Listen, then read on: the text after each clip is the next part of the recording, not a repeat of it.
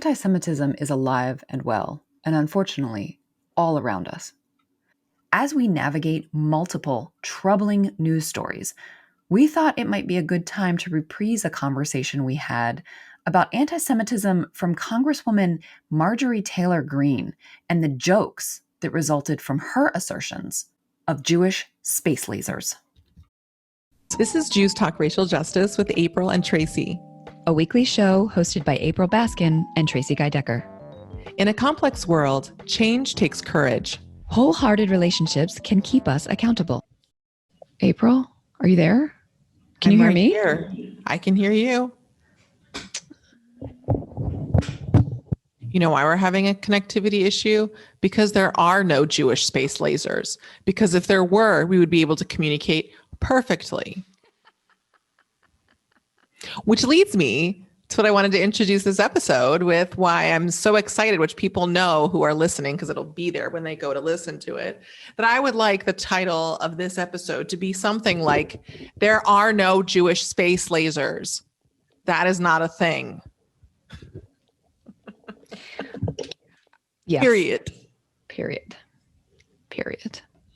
With a T. Period with a T? Yeah, period. Oh.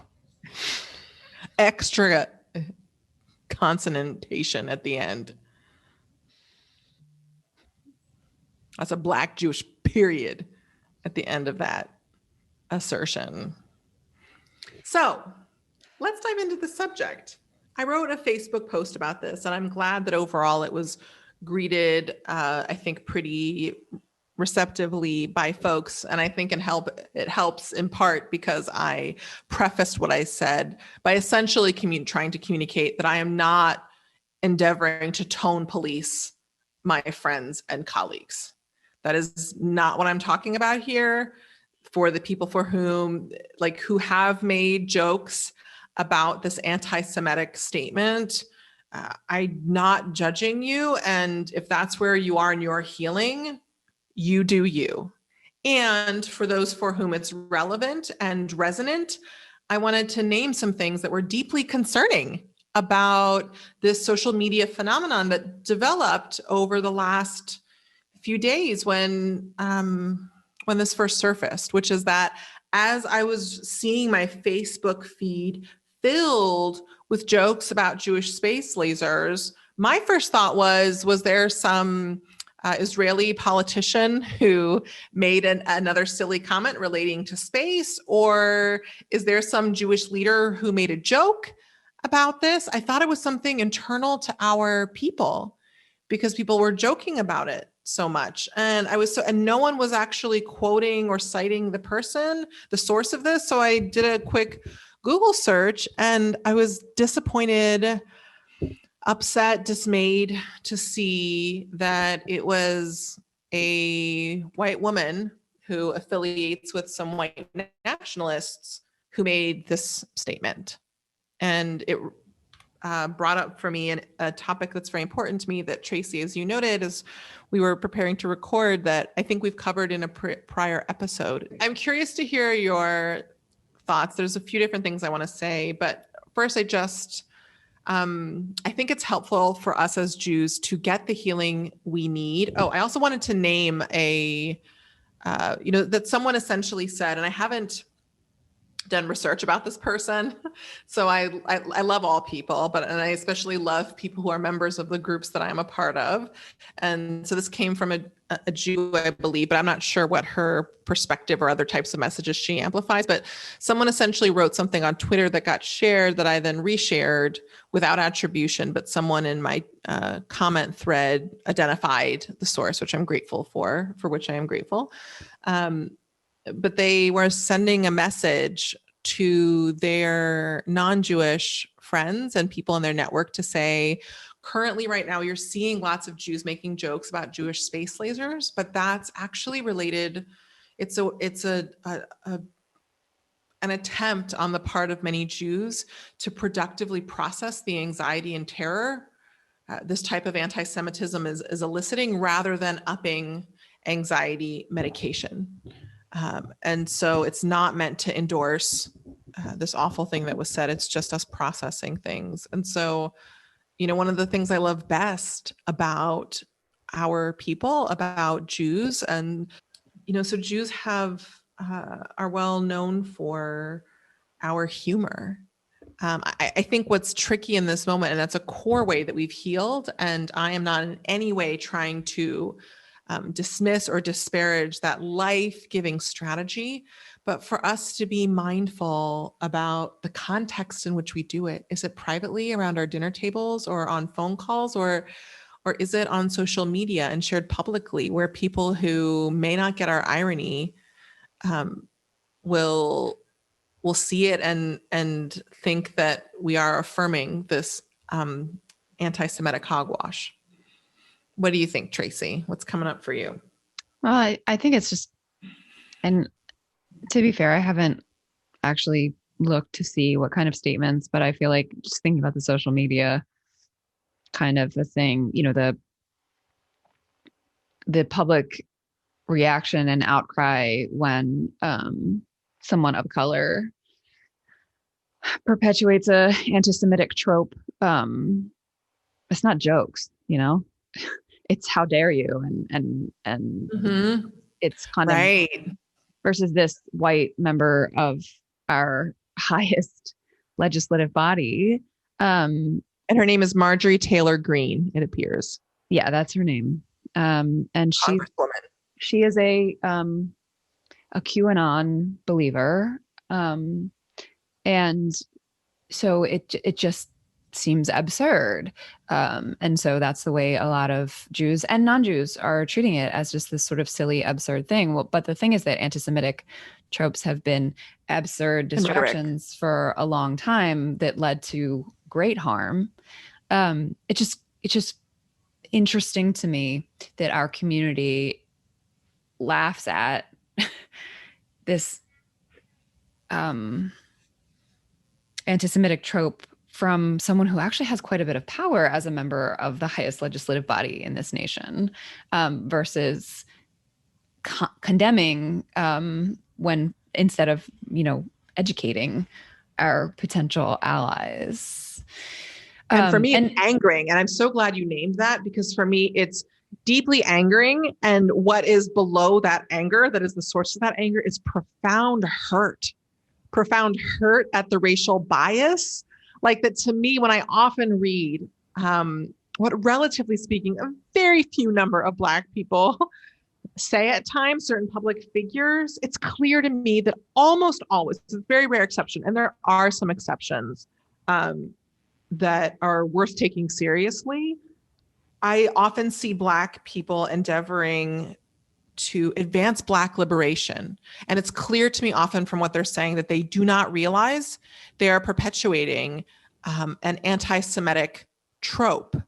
And I want this to shift over time. I want everything to shift. I want people to begin to be able to identify anti-Semitism more easily. And I also want a number of my white Jewish community members to have more respect and trust and faith in people of color, in Black people across lines of difference when certain things come up, or at least to have a similar type of experience, that it bothers me that a sort of violence and anger is directed at Black people who do not have the kind of a positional authority as the white person, for instance, this particular white person who is saying something totally absurd, but also alarming. And there are many awful stereotypes about us that are also equally absurd. So it's not something to be, and I could name examples, but I don't want to, because I don't want to perpetuate any of those things. I had to consider very seriously if I even wanted to do an episode about this, because I think what we focus on grows, and so this is why full disclosure, I'm on the advisory board of Jews Against White Nationalism, or Jews versus White Nationalism. You can check out their website at howtofightantisemitism.com.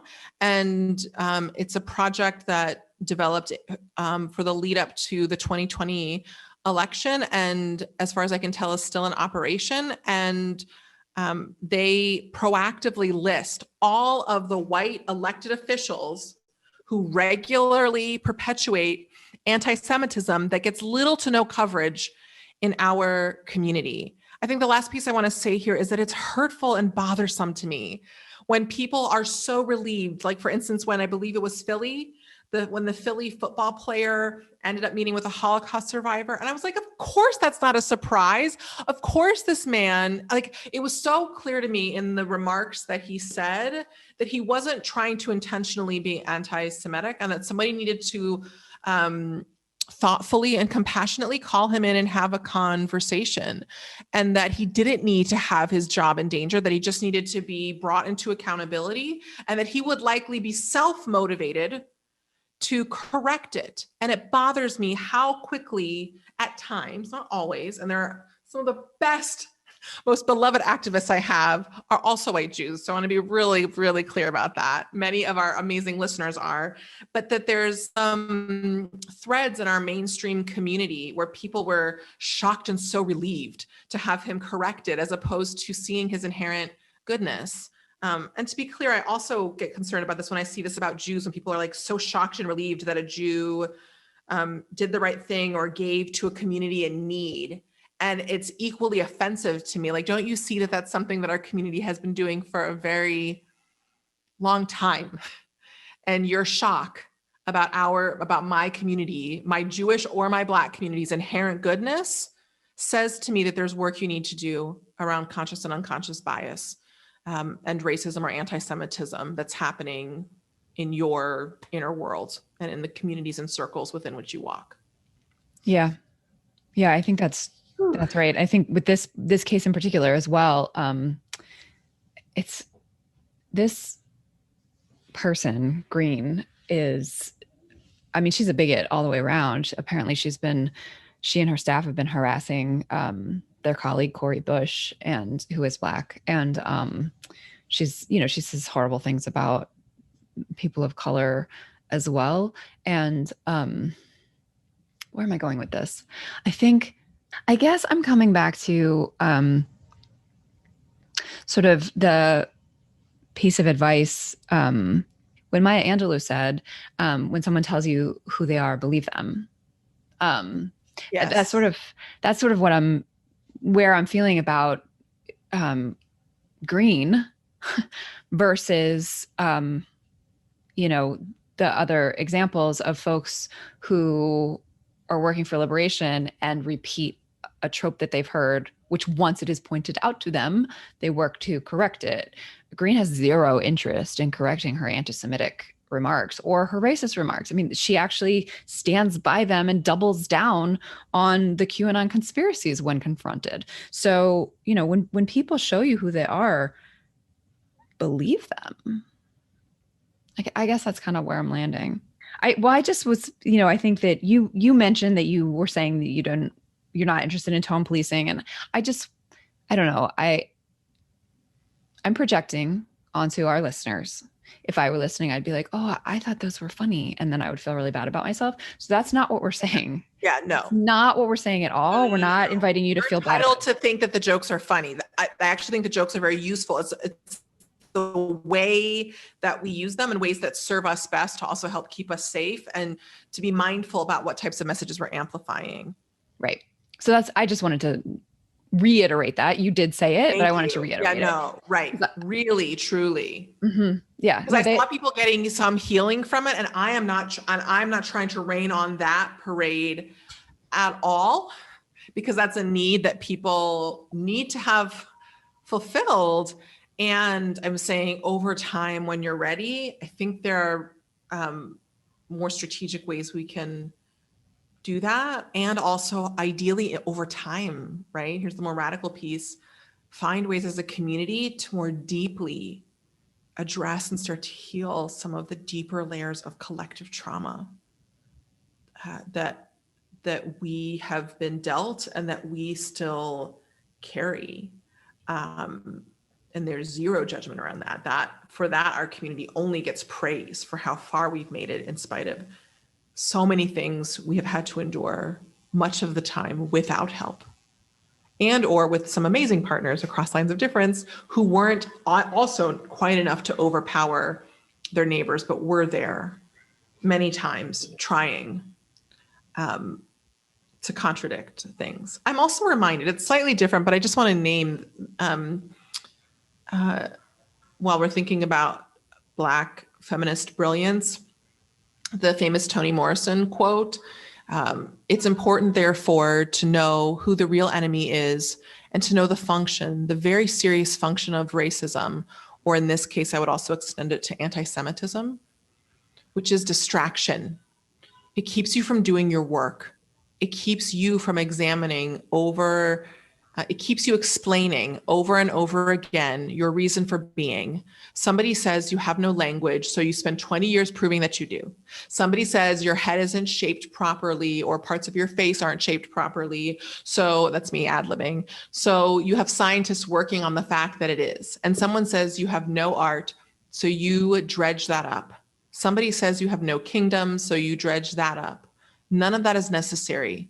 There will always be one more thing. And I would agree. And so I would restate her quote and shift it a little bit to also apply to anti-Semitism. The very serious function of anti-Semitism is distraction.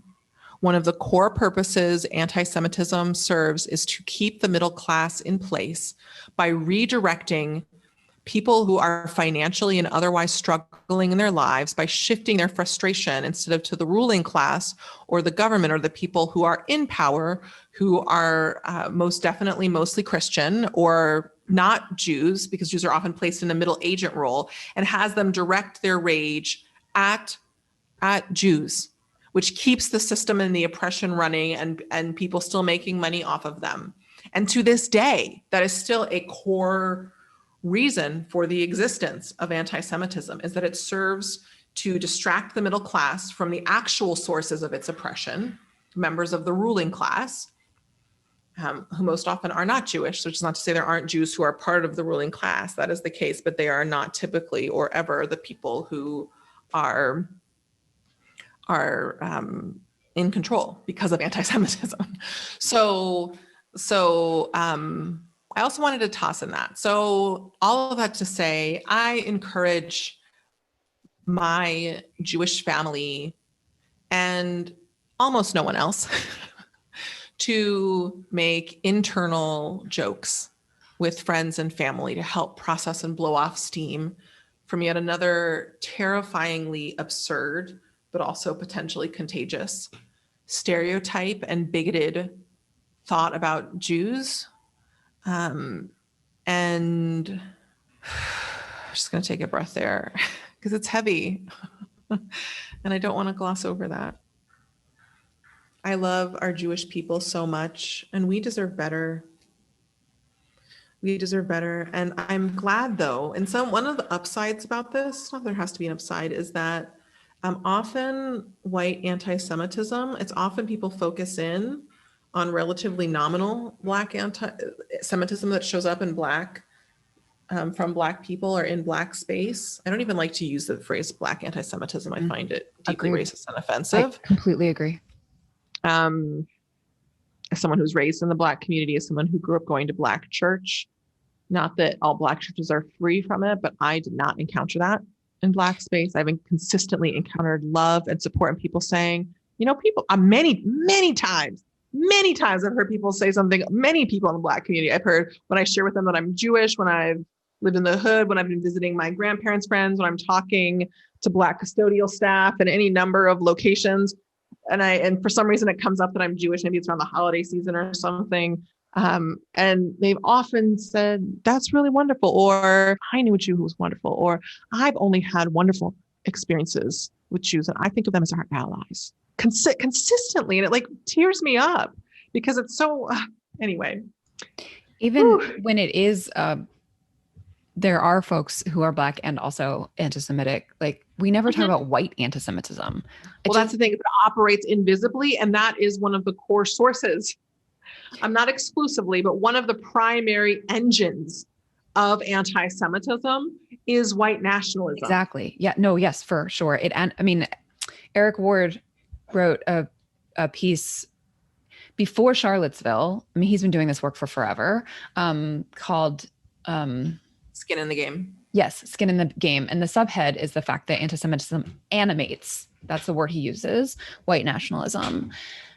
And I think that that is exactly right. I mean, his piece is very compelling. And it really speaks to that quote from Lila Watson, although I just recently read that she doesn't like to be given sole credit for it, but from Australian Indigenous folks, that if you've come here to help me, then you're wasting your time. But if you've come because your liberation is bound up with mine, then let's work together. Yes. Eric Ward's piece, like, really Embodies that. that's why Exemplifies it. he's a Black man, not Jewish, who fights anti-Semitism for a living because he knows that it is bound up in his liberation. And to me, it's sort of similar, although it's a similar type of thing for people for whom this is relevant to make this connection. When people try to blame Jews for racism, like, I'm just like, okay, like, yes, are there some Jews who are extremely racist? Yes. Does that, it's not like in that Black life is immune to anti-Semitism, but that is not the origin of it. And it's absurd to assert that. And it's offensive. And, just like people who think that Jews started the slave trade, or, like. Yeah, that's one of the anti-Semitic tropes, like blame Jews for the worst things. Which is not to say there weren't Jewish slave traders. There were. And that's also a racist trope, right? Right. Like to also blame Black people for the worst things. Let's not do that anymore. Right. Okay? Exactly. I think, and especially for the white Jews who are listening, the analog that I like to use is that, if we were to hear a potential ally, not Jewish ally, say something like, you know what, I don't really want to work with Jews because y'all seem to have like a sexual predation problem, with Harvey Weinstein and Jeffrey Epstein, like, there's clearly a problem with Jewish sexual predation. Like, we would be in the streets protesting, we would be through the roof, that we would be painted with the brush because of the worst among us. Right. And yet that is exactly what white Jews sometimes do when talking about, quote, Black anti-Semitism. Right. And so, like, here's the alternative for me, which is that I just want us to really begin to embrace that Jews and Black people, among most other peoples on the planet, or not most, all, are inherently good. And that doesn't mean that there might not be room and elements of that community for accountability or things that need to shift. But if you just went into an average family's home and sat down and got proximate and sat down with them and got to experience their hospitality and love and welcoming for you. And that's one of the benefits that I've had as a mixed heritage person who's grown up in a lot of spaces, is getting to see different people from all walks of life, from different class backgrounds, their inherent goodness. Are there cultural differences? Sure, absolutely, right? But there's cultural difference, and if you can remember that people are inherently good, that's a great start. And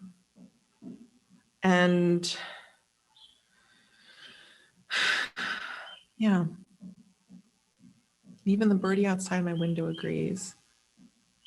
She's like, preach, yes. Jewish and Black liberation, inherent Jewish and Black goodness, yes. So there are no Jewish space lasers. There are strong Jewish grandmothers. There are funny, sweet, and brave Jewish men. There are resilient and funny and sweet Jewish children. There are Jewish transgender folks who bring so much light and analysis and courage to this world. There are Jewish women who come in all races and flavors, and varieties of intelligence and courage. Those things are all real. There are Jewish change agents who affiliate and don't affiliate with Jewish life, but consistently show up powerfully and lovingly and often humbly in our social change movements and are worthy of love and support just as much as their movement partners are. Those are all real things that I am excited to celebrate every day and that make me so proud to be a Jew. And our humor. I think people, as they were navigating some of this anti-Semitism, and that's the thing that I think you named earlier that I just want to focus on, that it's important, is that even still this day, even in that moment, white anti-Semitism was operating invisibly. I would like us to shine a light on that so that we can be more aware of its ubiquity and figure out how to more effectively address it. And I also just wanted to give a shout out to Jewish comedians over time. I was feeling people channeling a lot of Mel Brooks energy in their humor, and I have a lot of love for that. And I have more love for us getting free. And hopefully over time, we get to pay less and less attention to anti-Semitism and white nationalism as it continues to die a slow, loud, and dramatic death over time. Amen. For the record, I thought the Bernie memes were pretty funny. Wait, what? The Bernie memes? Did you get those in your feed?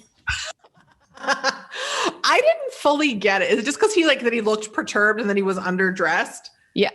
And he sat in the corner just like, I mean, well, who knows what his mouth was doing? He had a mask on. But it did seem like that, right? Mm-hmm. And he came with that big manila envelope. They were the one, my favorite actually said, Bernie's to-do list, Joe's thing, post office. It was.